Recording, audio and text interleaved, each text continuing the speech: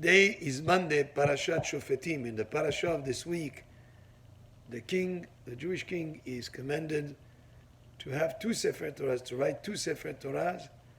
One Sefer Torah stays in his treasury, and the other Sefer Torah he carries with him wherever he goes. Of course, they were both identical, just like today we have the same Sefer Torah that was written hundreds of years ago. It's the same exact text. So why would he need two? One in his treasury that stays in his palace, and the other one is a Sefer Torah that goes with him everywhere he goes. Well, maybe this delivers an important message. Even the king, who's all-powerful in his country, who can make decrees that have to be followed, who is the person who has the most authority in his nation, he still has to remember that his actions should be directed by the Torah. And the Torah is not just for home or the palace or in the synagogue, but the Torah is to direct our actions everywhere we go. And there's no difference between when you're at home or when you're in public, or when you're in the comfort of your personal residence or out in business. Any of these situations, always the Torah should direct our actions. Whether it is observing kashrut at home, also when you go out you observe the laws of kashrut. Whether it is at home how you act according to the Torah, also when you're outside, wherever you go. And even the king, who was the all-powerful person in his country, had to always abide by the words of Torah, so that the Torah was always with him to guide him wherever he went.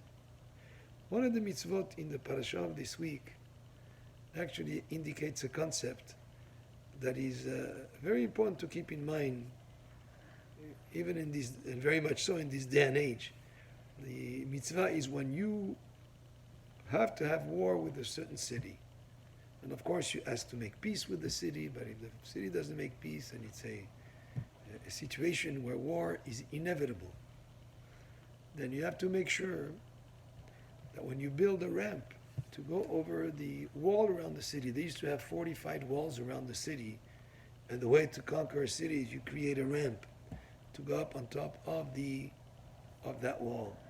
But when you make that ramp, the Torah tells us, make sure you don't take down any fruit trees to build that ramp.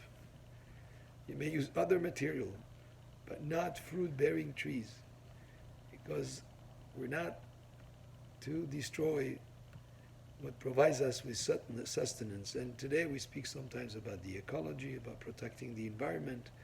This is a mitzvah that is actually in the Torah thousands of years ago, when it was given to us when at Har Sinai, that the idea of bal tashchit, not to be wasteful, to make sure that our actions, even in a situation of war, when you think everything is justified, when you think if I'm at war and there is no way but to win the war, then all the means are justified.